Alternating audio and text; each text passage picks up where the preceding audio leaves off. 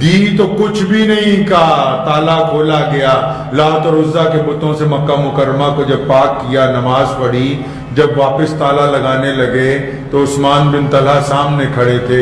کہا تھا رسول اللہ نے کہ ہم ایک دن تم سے چابی لے لیں گے اور پھر جس کو ہمارا دل چاہے گا اس کو دیں گے۔ ابن طلحہ کو آگے بلایا واپس اور فرمایا یہ چابی میں تمہیں دے رہا ہوں، تم خانہ کعبہ کے چابی بردار رہو گے۔ عثمان بن طلحہ رضی اللہ عنہ فرماتے ہیں چابی میرے طرف نہیں آئی، کلمہ لا الہ الا اللہ محمد رسول اللہ آ گیا۔ میرے دل نے کہا بھی اتنا کریم رسول کہ جن سے ہم نے دشمنیاں نکالی، جن کو قتل کی سازشیں کی گئی، جن پر پتھر مارے گئے، جن کے پاؤں زخمی کیے گئے، جن کے دندان مبارک شہید کیے گئے، جن کے چچا کی لاش کے ٹکڑے کیے گئے ہو، اتنا کریم نبی کہ جب فتح حاصل کرتا ہے تو پھر بھی چابی واپس لوٹا دیتا ہے کہ نہیں تم ہی اس گھر کی خدمت کرو گے۔ فرمایا چابی نہیں آئی میری طرف، کلمہ لا الہ الا اللہ محمد رسول اللہ۔ یہ پہلا واقعہ۔ دوسرا تاریخی قصہ یہ ہے کہ جب نماز کا ٹائم ہو گیا، کہاں؟ مکے میں۔ نبی علیہ السلام خانہ کعبہ کے صحن میں کھڑے ہیں، اور کون ہے بھائی؟ ابو بکر ہیں رضی اللہ تعالیٰ عنہ، سب سے بڑے مسلمان۔ کون سے مسلمان جی؟ سب سے بڑے مسلمان۔ اگر کوئی پوچھے کہ انبیاء کے بعد مسلمانوں میں کون ہے، رسول اللہ نے کس کو اپنا نائب بنایا، تو وہ کل بھی ابو بکر تھے، آج بھی ابو بکر ہیں، اور قیامت تک سیدنا ابو بکر صدیق رضی اللہ تعالیٰ عنہ رہیں گے۔ اپنی زندگی میں رسول اللہ نے اگر کسی کو مصلی پر کھڑا کیا تو وہ کون ہے جی؟ ابو بکر ہیں۔ کون ہے؟ ابو بکر ہیں وہ۔ نبی علیہ السلام نے سینہ کعبہ میں ابو بکر بھی کھڑے ہیں، سیدنا عمر بھی کھڑے ہیں، سیدنا عثمان بھی کھڑے ہیں، مولا علی رضی اللہ تعالیٰ عنہ کرم اللہ وجہہ بھی موجود ہیں، عبداللہ ابن زبیر بھی ہیں، حضرت ابو عبیدہ بن جراح بھی ہیں، امین الامت ہیں، مسلمانوں کا ہر اول دستے کا سردار خالد بن ولید جیسا شہزادہ بھی کھڑا ہے۔ پوچھا این بلال، اور بلال کہاں ہے؟ بلال کو بلاؤ، بلال کہاں ہے؟ اور بلال کون ہے دنیا والوں؟ یہ اسلام ایسے ہی کائنات میں نہیں پہنچا۔ جب دنیا غریبوں کو دھتکارتی تھی، محمد رسول اللہ نے ان کو اپنے سینے کے ساتھ لگایا ہے۔ رسول اللہ نے فرمایا اینا بلال، بلال کہاں ہے؟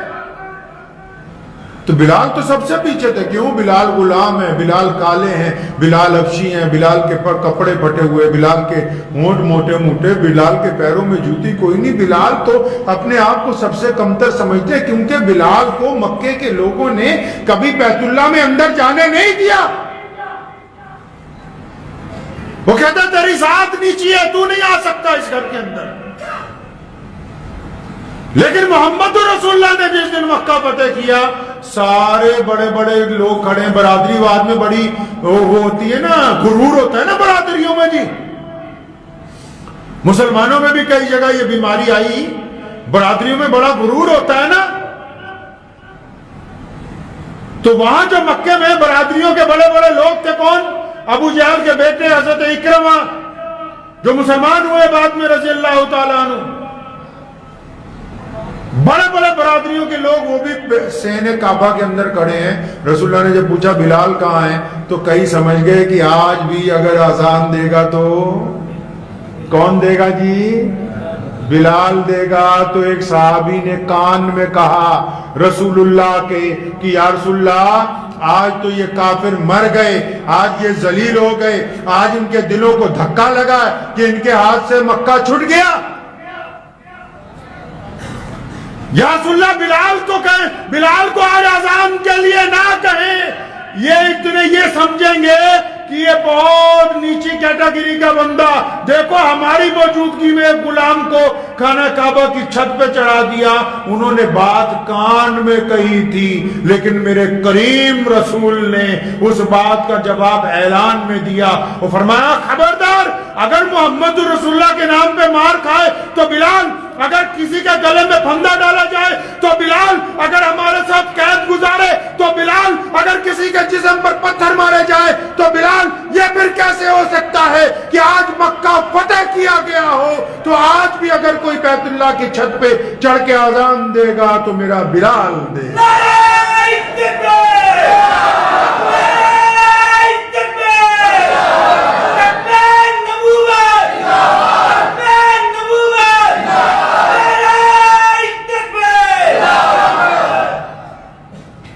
میرے رسول نے صلی اللہ علیہ وسلم اسلام کی بنیاد میں یہ بات ڈال دی، آج ہم کیوں بے فکر ہیں؟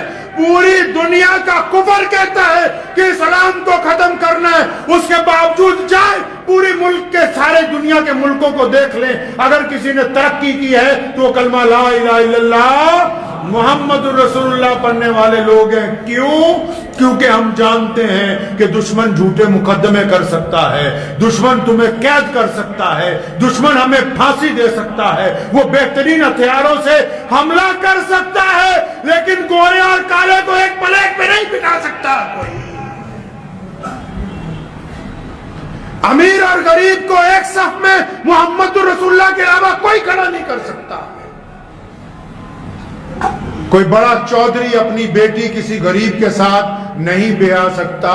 یہ کمال اگر کسی دین میں ہے تو صرف محمد رسول اللہ کے دین میں ہے کہ ہم نے برتنوں کی ذات اور برادریاں ختم کر دی، ہم نے صفوں کی ذات اور برادریاں ختم کر دی، ہم نے مسجدوں کی ذات اور برادریاں ختم کر دی، ہم نے عبادت گاہوں کی ذات اور برادریاں ختم کر دی، ہم نے گورے اور کالے کی ذات و برادری ختم کر دی۔ میرے آقا نے کہہ دیا کہ جس نے کلمہ لا الہ الا اللہ محمد الرسول اللہ پڑھ لیا وہ آپس میں بھائی بھائی ہے، دنیا طاقت لا سکتی ہے، محمد الرسول اللہ جیسی محبت نہیں لا سکتی ہے۔ بلال اذان دینے کے لیے کھڑے ہوئے، فرمانے لگے سنو مسلمانوں، ہمارے لیے اس میں نصیحت کی بات ہے۔ بلال اذان دینے کے لیے فرمایا بیت اللہ کی چھت پہ چڑھ جاؤ۔ جب بیت اللہ کی چھت پہ چڑھنے لگے فرماتے ہیں میں رونے لگا۔ دمشق میں آخری زندگی کے ایام گزارے سیدنا بلال نے۔ آپ کو پتہ ہے بلال مدینے سے چلے گئے تھے جب رسول اللہ کا وصال ہوا، آخری زندگی کا ایام دمشق میں گزارے، اور ایک دن لوگوں نے دیکھا کہ بلال تو نئے کپڑے پہنتے ہی نہیں، ایک دن نئے کپڑے پہنے ہوئے، داڑھی میں بڑا بہترین عطر لگایا ہوا ہے، تیل لگایا ہوا ہے، سر پہ نئی پگڑی باندھی ہوئی ہے۔ کسی نے پوچھا تھا بلال آج کیا رنگ ڈھنگ ہے، آج تم یہ نئے کپڑے پہن کے کہاں جانے والے ہو؟ بلال نے بڑے اعتماد سے کہا تھا کہ آج میری موت کا دن ہے، میں نے اپنے نبی صلی اللہ علیہ وسلم سے ملنے جانا ہے۔ اٹھائیں تاریخ کہ جس دن بلال دولہے کی طرح تیار ہوئے اسی دن اس دنیا سے رخصت ہوئے ہیں، اور ہمارا ایمان ہے کہ ان کا وصال جب ہوا تو ان کو محمد رسول اللہ کی زیارت عطا ہوئی ہے۔ اور کمال کی بات تو میں بتا دوں، ذہن میں یاد آ گئی، ساری دنیا اپنی اپنی قبروں سے اٹھے گی، بلال دمشق میں دفن ہوئے ہیں لیکن کل قیامت میں محمد رسول اللہ کے روضے سے اٹھیں گے۔ تو جب بلال چڑھ گیا نا کعبے کی چھت پہ، رو رہے تھے، فرمایا یہ مقام کیسے ملا؟ خود کہتے ہیں اپنے آپ کو بلال تو تو غریب ہے، مسکین ہے، کالا ہے، حبشی ہے، یہ مقام اس لیے مل گیا کہ تجھے کالی کملی والے محمد الرسول اللہ سے عشق ہے۔ تو مسلمانوں یاد رکھو، جس کو دنیا میں کامیاب ہونا ہے بیت اللہ کی چھت تک پہنچنا ہے، اور جس کو قیامت میں کامیاب ہونا ہے جنت میں سب سے پہلے جانا ہے، تو اس کو کس سے عشق کرنا ہوگا؟ محمد الرسول اللہ سے کرنا ہوگا۔ پیروی اگر کسی کی ہے تو صرف محمد رسول اللہ کی ہے۔ اب بلال نے بیت اللہ کی چھت پہ چڑھ کے کیا کیا؟ چھت پہ چڑھے، اب کعبہ کدھر بھائی؟ کعبے کی 4 دیواریں ہیں، ساری دنیا کے مسلمان انہی دیواروں کی طرف منہ کر کے نماز پڑھتے ہیں۔ کعبے کا جب دروازہ کھلتا ہے جو اندر جاتے ہیں وہ باہر کی طرف منہ کر کے نماز پڑھتے ہیں، جو باہر کھڑے ہیں وہ اندر کی طرف۔ کعبہ کہاں گیا؟ بلال کعبے کی چھت پہ چڑھ گئے، رسول اللہ نے فرمایا اذان دو، تو لوگ کیا سوچیں گے کعبہ کہاں ہے؟ بلال نے نہیں سوچا۔ بلال کہتے ہیں کہ محمد رسول اللہ طواف کر رہے تھے، میرے دل میں آیا کہ بلال اب جب رسول اللہ نے کہا اذان دو تو اذان تو قبلے کی طرف منہ کر کے دی جاتی ہے نا، اذان قبلے کی طرف منہ کر کے دی جاتی ہے، تو فرمایا فوری طور پر اذان شروع کی، ایک انگلی کان میں دی، شہادت والی انگلی اور چہرہ اس طرف کیا جس طرف خانہ کعبہ میں محمد الرسول اللہ کھڑے تھے، اور قیامت تک مسلمانوں کو بتا دیا کہ کعبے کا اگر کوئی کعبہ ہے تو وہ محمد الرسول اللہ ہے۔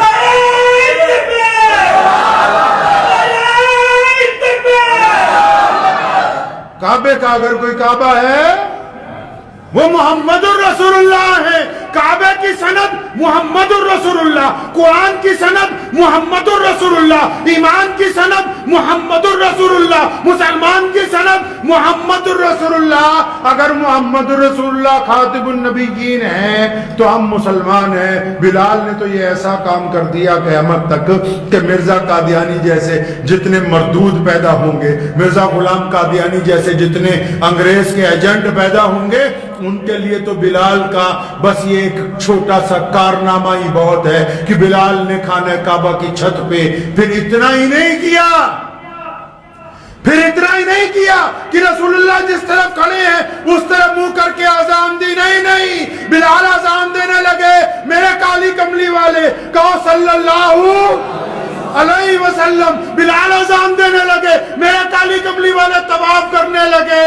بلال کا جب کعبہ گھومنے لگا، بلال بھی اذان کے دوران ادھر گھومتے جاتے ہیں جدھر محمد الرسول اللہ چلتے ہیں۔ ہم کو بتایا کہ محمد الرسول اللہ کے پیچھے جانا ہے، محمد الرسول اللہ کی اتباع کرنی ہے۔ جدھر رسول اللہ ہے ادھر ہی اللہ ہے، اور جدھر اللہ ہے ادھر ہی دین ہے، ادھر ہی دنیا ہے، ادھر ہی کامیابی، اس کے علاوہ کچھ نہیں ہے۔ تیسرا واقعہ ان دونوں واقعات سے بھی زیادہ خوبصورت، ان دونوں واقعات سے بھی زیادہ میں سمجھتا ہوں تاریخی ہے۔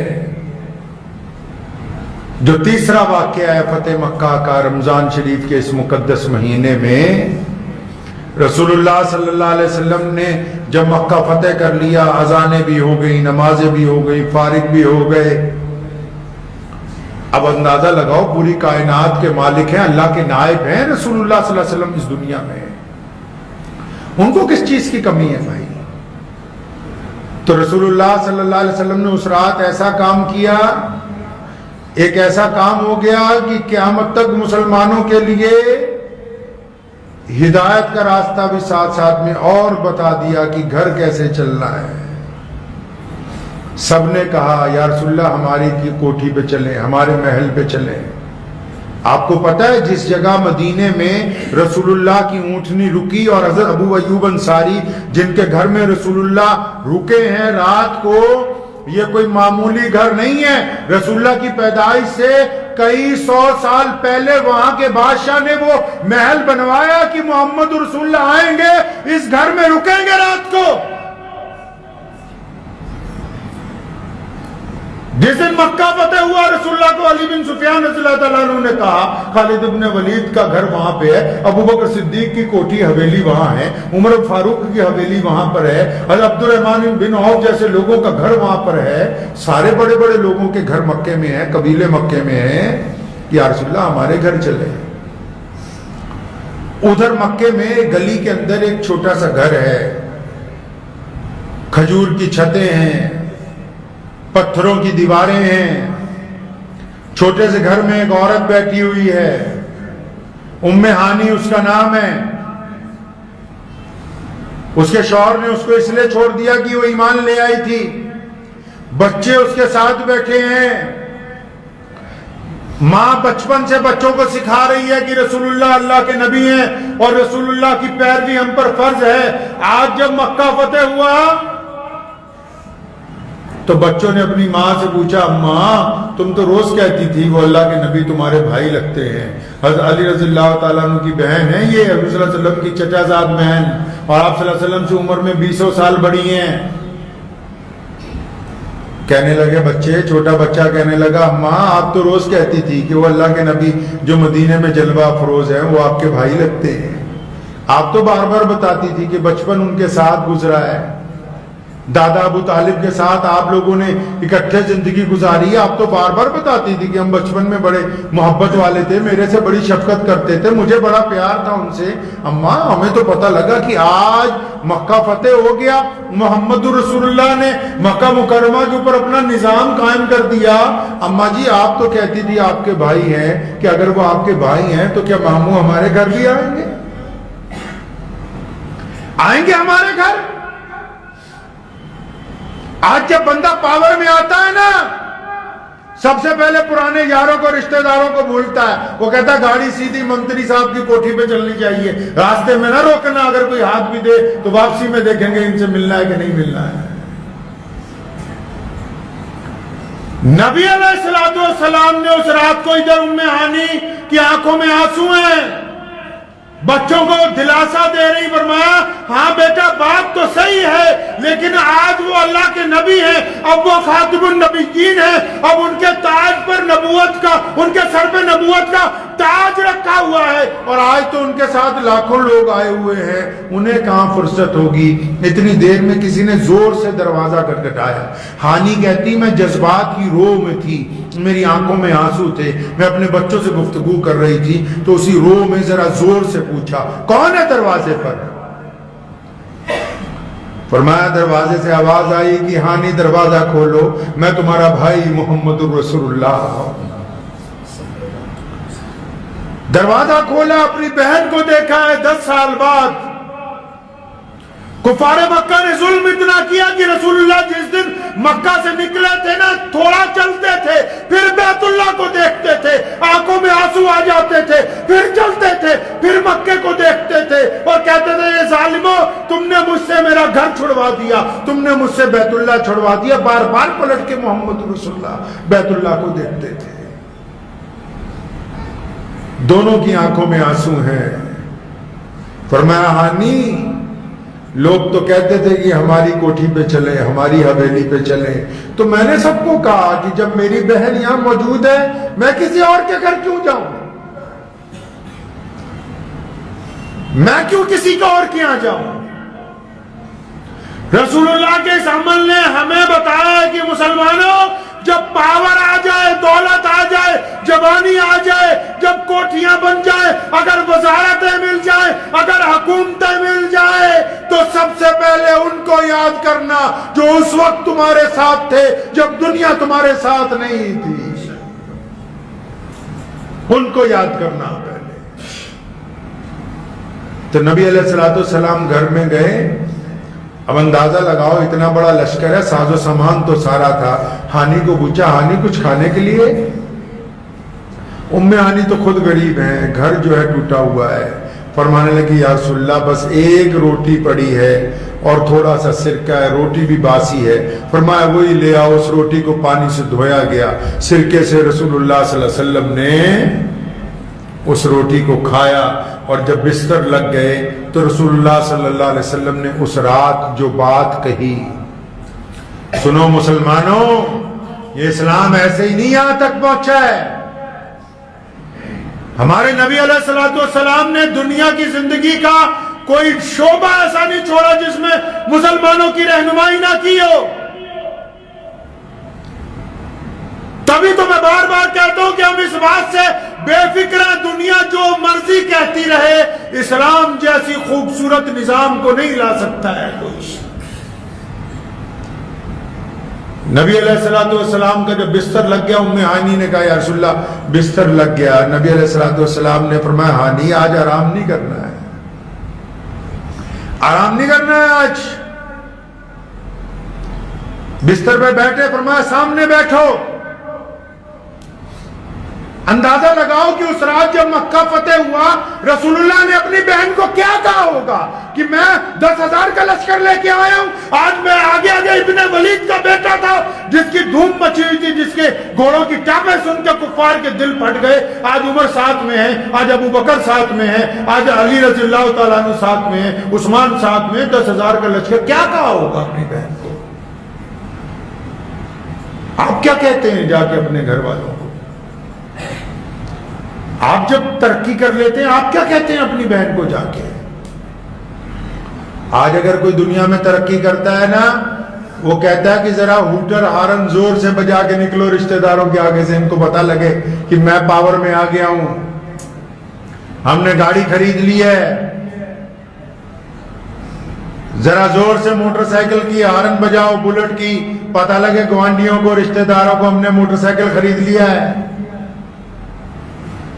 بار بار جیب میں سے موبائل نکالتا ہے آج کا بندہ کہ سامنے والوں کو پتہ لگ جائے کہ یہ 1.5 لاکھ کا ہے۔ بار بار کپڑے دکھانے کی کوشش کرتا ہے کہ بڑے قیمتی ہیں۔ آج کے دور میں لوگ کیا بات کرتے ہیں جب اپنے رشتہ داروں کے آ جاتے ہیں، اپنے گھر جاتے ہیں، کیا باتیں کرتے ہیں یار؟ اگر کوئی دولت مند جاتا ہے وہ یہ کہتا ہے یار اتنے کروڑ کا سودا کر لیا، آج اتنے کروڑ کی دکان خرید لی، فلاں زمین خرید لی، فلاں فیکٹری لگانے لگا ہوں۔ جو دولت مند جاتے ہیں وہ ایسی باتیں کرتے ہیں رشتہ داروں سے کہ بس آج ایک پروجیکٹ لگا ہوا تھا لدھیانہ میں، بس وہیں آیا تھا دیکھنے کے لیے، سوچا آپ سے بھی ملتا چلوں۔ اچھا دیندار اگر چلے جائے، دیندار بندہ، یہ کون سا کم ہوتے ہیں دولت مندوں سے؟ غرور اپنا اپنا ہوتا ہے، کسی کو دولت کا غرور ہے، کسی کو دین کا غرور ہے۔ یہ دیندار بندے کے اپنے رشتہ داروں کے گھر جاتے ہیں، یہ کیا کرتے ہیں؟ او بیٹا نماز پڑھا کو، وہ نماز پڑھو، داڑھی رکھو، جھوٹ نہیں بولنا، یہ فلاں تسبیح کرو، اتنا فائدہ ہوگا۔ ساڑھے پنجاب چ کہاوت مشہور ہے نا کہ کوئی حج کر کے آ جائے، میں کل بتا رہا تھا جماعت کے ساتھی آئے ہوئے تھے ان کو بھی، کہ کوئی آ جائے چلہ لگا کے حج کر کے، یا مدرسے سے فارغ ہو کے مولوی بن کے آ جائے، جدو حج کر کے آندا سوچدا باقی پنڈ دا کافر ہی ہے، میں کلا ہی مسلمان ہے۔ تو دیندار بندہ اپنے گھر والوں کو کیا بتائے گا جی؟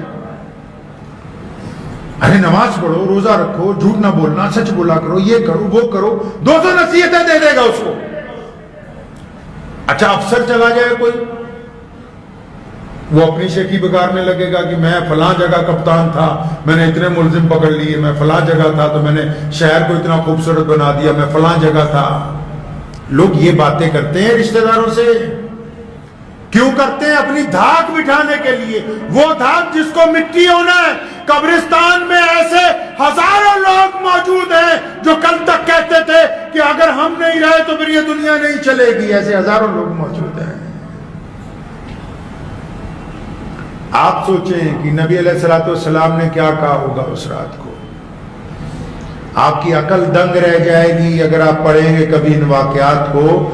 حضرت محمد صلی اللہ علیہ وسلم بیٹھے، اپنی بہن کو سامنے بٹھایا، اور یہ بات ہی نہیں ہوئی کہ نماز پڑھنا، روزہ رکھنا، حج کرنا، زکوٰۃ دینا، فلاں تسبیح کرنا، اس رات ایسی کوئی بات نہیں ہوئی۔ یہ بھی بات نہیں ہوئی کہ مکہ فتح ہوا، یہ بھی بات نہیں ہوئی کہ بدر کیسے جیتی، یہ بھی بات نہیں ہوئی کہ احد کیسے جیتا گیا، یہ بھی بات نہیں ہوئی کہ خندق میں کیا ہوا، یہ بھی بات بھی نہیں ہوئی کہ مکے میں میٹھے کنویں کیسے لے لیے گئے، یہ بھی بات نہیں ہوئی کہ مسجد نبوی کی تعمیر کیسے ہوئی۔ اس رات جو بات ہوئی، زمین کی چھاتی پھٹ گئی تھی، آسمان کا سینہ چر گیا تھا۔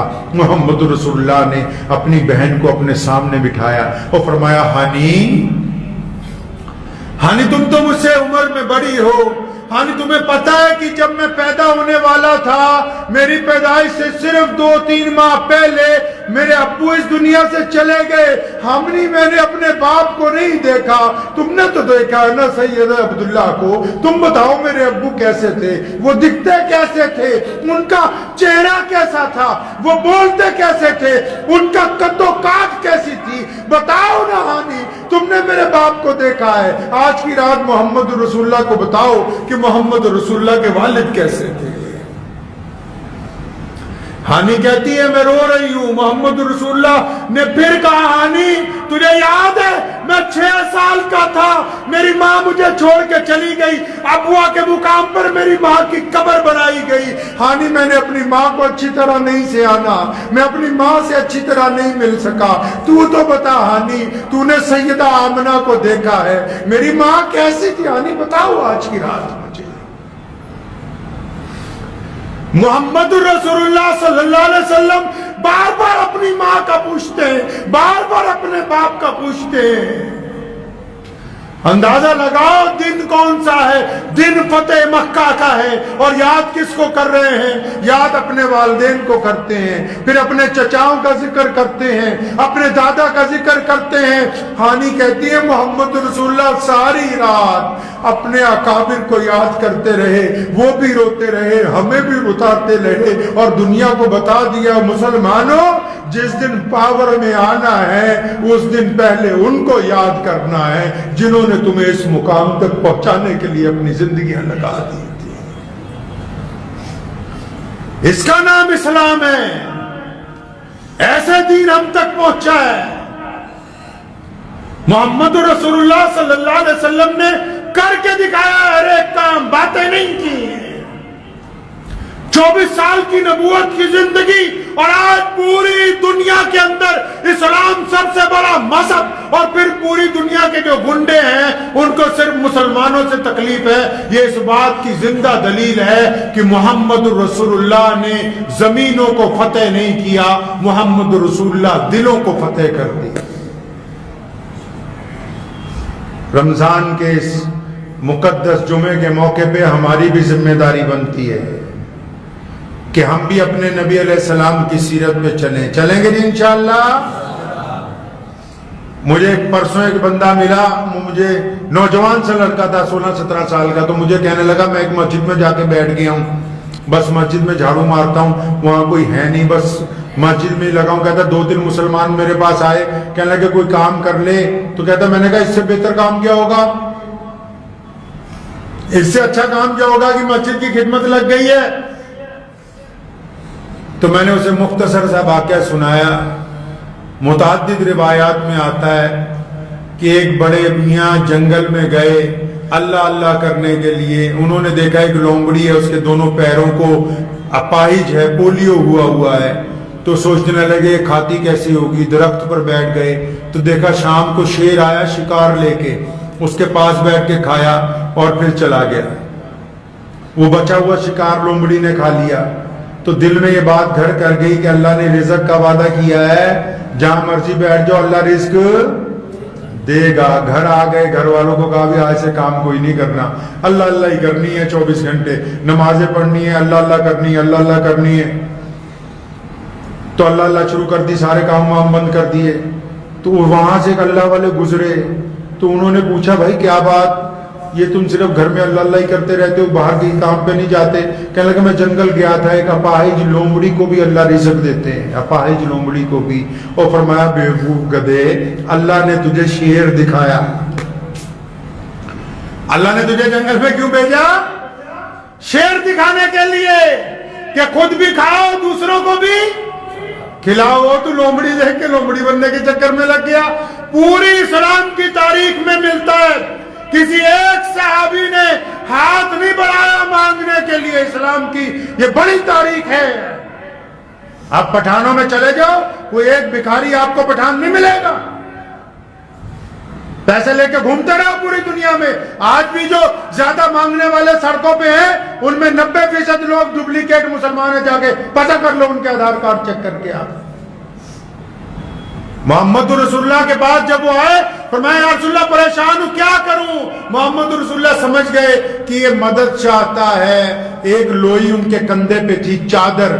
پرانے دور میں رواج تھا لوگ چادر کندھے پہ رکھتے تھے، گرمی ہو یا سردی ہو.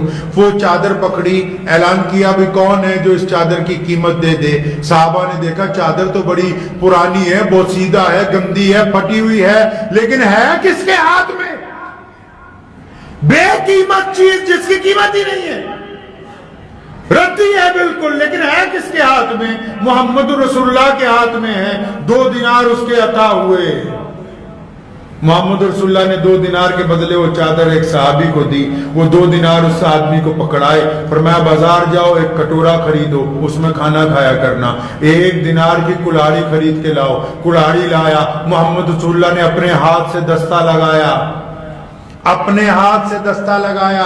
فرمایا جاؤ جنگل میں لکڑیاں کاٹو، لا کے منڈی میں بیچو، خود بھی کھاؤ دوسروں کو بھی کھلاؤ. صحابی فرماتے ہیں کہ میں 10 دن بعد رسول اللہ کی خدمت میں ہدیہ لے کے آیا. فرمایا یا رسول اللہ وہ ایک چادر نیلام کی تھی، اتنا کام ہو گیا کہ گھر کے سب کے بستر بن گئے، روز کما رہا ہوں اللہ کے فضل و کرم سے. اسلام نے ہمیں تاریخ عطا فرمائی ہے. میرے والد مرحوم شیر اسلام مولانا حبیب الرحمان ثانی لدھیانوی رحمۃ اللہ علیہ فرمایا کرتے تھے پچھلے سال ہمارے درمیان تھے آج نہیں ہیں. لیکن کچھ جانے والے ایسے جاتے ہیں جن کی روایتیں قائم رہتی ہیں. چلے تو سارے ہی جانا ہے, جانا تو سب نے, لیکن کچھ جانے والے ایسے جاتے ہیں جن کی روایتیں قائم رہتی ہے. اگر کسی کا لگایا ہوا پرچم سلامت رہے تو اس کا مطلب وہ زندہ ہے. ہمیں بار بار کہا کرتے تھے دو باتیں, رات بھی میں نے ختم قرآن کے موقع پر بتائی تھی, آپ جمعۃ الوداع پڑھنے آئے ہو, آپ کو بھی کہتا ہوں, دو باتیں میرے والد مرحوم رحمت اللہ علیہ نے ہمیں سکھائیں, بار بار روزانہ ہی کہہ دیتے تھے. فرمایا اللہ کے علاوہ کسی سے ڈرنا نہیں ہے, اللہ کے علاوہ ڈرنا اس لیے کہ مر جائیں گے اور موت تو آنی. بندہ ڈرتا کیوں ہے بھائی کہ مر جاؤں گا, تو موت تو آنی ہے. بار بار ہمیں ساری زندگی ایک بات دہرائی کہ اللہ کے علاوہ کسی سے ڈرنا نہیں ہے. اور دوسری بات, کھانا کھاتے ہوئے بھی مجھے بار بار کہا کرتے تھے, یہ نہیں کہ آخری زندگی میں, بچپن سے جب ہم چھوٹے تھے تب بھی بار بار کہتے تھے کہ رسول اللہ نے فرمایا تمہاری کامیابی غریبوں میں چھپی ہے, تمہاری کامیابی ضرورت مندوں میں چھپی ہے, تمہاری کامیابی کمزور لوگوں میں چھپی ہوئی ہے. محمد رسول اللہ نے کہا ہے کہ کمزور آ جائے مدد مانگنے, اس کی مدد کرو.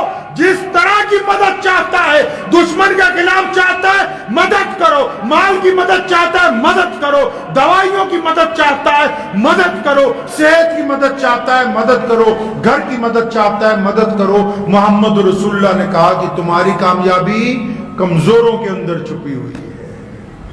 تو ہمارے باپ نے ساری زندگی دو نصیحتیں کی ہمیں کہ اللہ کے علاوہ کسی سے ڈرنا نہیں ہے, اور مدد جو ہے ہمیشہ کمزوروں کی کرتے رہنا ہے. اللہ آپ کو بڑی عزت عطا فرمائیں گے انشاءاللہ. تو کریں گے سب لوگ انشاءاللہ. تو لیکن مدد شروع کہاں سے کرنی ہے؟ مدد کی ابتدا اپنے گھر سے کرنی ہے. اگر آپ کا پڑوسی بہت غریب ہے, چاہے وہ غیر مسلم ہے, آپ کا پڑوسی اگر محتاج ہے, چاہے اس کا مذہب وہ نہیں ہے جو ہمارا ہے, اگر پڑوسی بھوکا ہے, ہم اچھا کھانا کھاتے ہیں, تو پھر ہمیں نماز پڑھنے کا کوئی فائدہ ہونے والا نہیں ہے. نماز پڑھنے کا کوئی فائدہ ہونے والا نہیں ہے. سب سے پہلی مدد اپنے پڑوسی کی کرنی ہے, پھر اپنے سکے بھائی بہنوں میں اگر کوئی غریب ہے اس کی مدد کرنی ہے. مجھے پتا ہے مدرسے والوں کو زکوٰۃ صدقات کی ضرورت ہوتی ہے, لیکن پہلا حق پڑوسی کا ہے, دوسرا حق سکے خونی رشتہ داروں کا ہے. اگر یہ دو کیٹیگریوں کے لوگ مدد نہیں چاہتے, ان کے پاس مال ہے, پھر تمہاری مرضی ہے, جس کو مرضی دیتے رہو, لیکن پہلے ان کی مدد کرنی ضروری ہے. اور اپنے مزاج میں یہ بات ڈال لیں کہ اللہ نے ہمیں اسلام کا نمائندہ بنایا ہے. کس کا نمائندہ بنایا جی ہمیں؟ اسلام کا. بریلویوں کو کوئی نہیں جانتا, دیوبندیوں کو کوئی نہیں جانتا, انصاری قریشی پٹھانوں کو کوئی نہیں جانتا. دنیا میں اگر کوئی کسی کو جانتا ہے, اکثر لوگ اس ٹینشن میں نا یوٹیوب پہ لگے رہتے ہیں کہ فلاں انجینئر نے کیا کہہ دیا, فلاں مولوی نے کیا کہہ دیا. وہ لوگ ان کو کسی کو نہیں جانتے. اگر پتہ کرنا ہے کہ دنیا کس کو جانتی ہے تو کسی غیر مسلم سے پوچھو کہ تم اسلام کے بارے میں کیا جانتے ہو, وہ کہے گا کہ ہاں جانتے ہیں, یہ محمد الرسول اللہ کا دین ہے. لوگ کس کو جانتے ہیں؟ صرف رسول اللہ کو جانتے ہیں. کس کو؟ یہ رسول اللہ کو جانتے ہیں. یہ اگلے وہم تو تم نے پال رکھے ہیں. عقیدے منجمد اپنی جگہ پر اماموں کی قبائیں لڑ رہی ہیں. عقیدہ تو اپنی جگہ ہی ہے, یہ اماموں کی قبائل لڑ رہی ہیں. اگر عقیدہ اپنی جگہ پر صحیح ہوتا تو یہ پہلے یہ کہتے کہ نماز کے ساتھ ماں باپ کی اطاعت کرو, نماز کے ساتھ ظالم کا جواب دو, نماز کے ساتھ غریب کی مدد کرو, نماز کے ساتھ بھائیوں میں محبت پیدا کرو, نماز کے ساتھ بیوی سے رواداری پیدا کرو, نماز کے ساتھ اولاد میں محبت پیدا کرو. یہ تو صرف نماز کی بات کرتے ہیں, اس کی اگلی بات کرتے ہی نہیں. اس کا مطلب یہ صرف ایک دوسرے کو دکھاوے کے لیے لڑ رہے ہیں. تو ہمیں کیا کرنا ہے؟ ہم اسلام کی تصویر ہیں. کون اسلام کی تصویر ہے جی؟ جتنے مسلمان ہیں دنیا میں, اگر آپ کو اسلام کی فوٹو دیکھنی ہو اپنی سیلفی کھینچیے اور دیکھیں. اگر اس سیلفی بری لگ رہی ہے اچھا کیجیے نا اس کو. کوئی غیر مسلم مسجد نہیں آئے گا, آنا بھی نہیں چاہیے, کیونکہ ان کی عبادت گاہ نہیں ہے. وہ کیا کرنے آئے گا مسجد کے اندر؟ اسے نماز نہیں پڑھنی. کسی ہندو بھائی کو, سکھ بھائی کو, دلت بھائی کو, جینی کو, کسی لنگت کو, کسی بھی ٹرائبز کے بڑے آدمی کو, اس نے مسجد میں جا کے میرا بھائی روز کیا کرنا ہے؟ کیونکہ وہ ان کے مذہب کی عبادت گاہ نہیں ہے, لیکن وہ اسلام کو دیکھتے ہیں. مسجد میں آ کے نہیں دیکھتے, وہ اسلام کو عبد الرحمن کی شکل میں دیکھتے ہیں, جنید کی شکل میں دیکھتے ہیں, کاشف کی شکل میں دیکھتے ہیں. وہ اسلام کو جنید کی شکل میں دیکھتے ہیں, عثمان کی شکل میں دیکھتے ہیں, سرفراز کی شکل کے اندر دیکھتے ہیں, اکرام کی شکل کے اندر دیکھتے ہیں. وہ اسلام کو ان شکلوں میں تلاش کرتے ہیں. تو اگر عثمان بے ایمانی کرے, وہ تو اسلام کو دیکھتے ہیں کالج میں کہ یہ اسٹوڈنٹ جو ہے کالج میں مسلمان پڑھتے ہیں, یہ دیانتدار ہیں کہ بے ایمان ہیں. اگر یہ دیانتدار ہیں تو اسلام اچھا مذہب ہے, اگر یہ بے ایمانی کرتے ہیں تو پھر اسلام کے لیے اچھی خبر نہیں ہے. وہ اس مسلمان دکاندار کو دیکھتے ہیں, یہ سچ تولتا ہے تو اس کا مطلب محمد رسول اللہ نے ہمیں سچائی کا پیغام دیا. یہ اگر ٹھگی مار رہا ہے تو یہ کیسے مسلمانوں کی نمائندگی کرے گا؟ تمہیں کس نے کہا کہ صرف مسلمانوں کے امام جو ہیں اسلام کے ٹھیکیدار ہیں؟ ہر ایک شکل محمد رسول اللہ کی نمائندہ ہے. آپ زندگی کے جس شعبے میں ہیں, آپ کے ساتھ جو غیر مسلم لگے ہوئے ہیں وہ اسلام کو آپ کے اندر دیکھتے ہیں. اور ہمارے بڑے ایسے تھے, ہمارے بڑے اس دیش میں جو پیدا ہوئے ہمارے بڑے ایسے تھے کہ آج اگر کوئی مسلمان جھوٹ بولتا ہے نا پنچایت میں, تو کوئی ہندو سکھ بھائی بیٹھا ہوتا ہے نا تو اس کو ایک لفظ کہتا ہے یار شرم کر, تو مسلمان ہو کے جھوٹ بول رہے ہیں.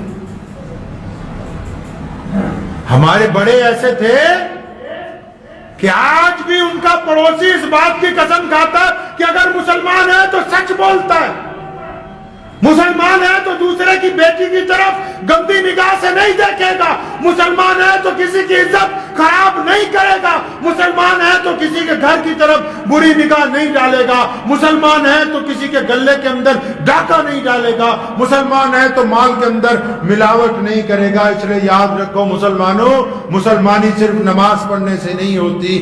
اگر مسلمان ہے تو دیانتدار ہوگا, اگر دیانتدار نہیں ہے تو پھر مسلمان نہیں ہوگا. بات پلے پڑ گئی؟ انشاءاللہ نہیں کریں گے. انشاءاللہ اپنی زندگی کو پلٹنا ہے, اور جب پلٹے تبھی سویرا ہے.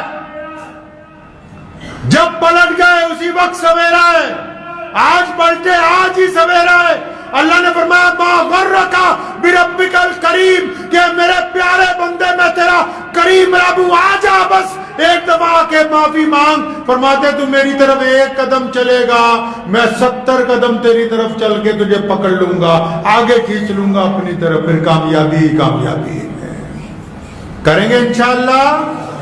دنیا کی سازشوں سے بے پرواہ ہو جائیں. مجھے کئی مسلمان پوچھتے ہیں کہ فلاں نے یہ کہا, اس کے جواب میں یہ کیوں نہیں کہا؟ او اللہ کے بندے, ہم مسلمان ہیں. ہم پہلے دشمن کا قد و کاٹ دیکھتے ہیں, پھر اس کے بعد اس کے لیے اظہار خیال کرتے ہیں. اللہ نے اس مقام پر اسلام کو پہنچایا ہے کہ جب وہ بہت نیچی سطح پہ کھڑا ہوا کوئی آدمی اگر اسلام کے خلاف بول رہا ہے, تو اگر میں اس کو مارنے بھی جاؤں تھپڑ تو مجھے خود جھکنا پڑے گا. اسلام کو کہیں جھکنے کی ضرورت نہیں ہے. ہم اپنے عمل سے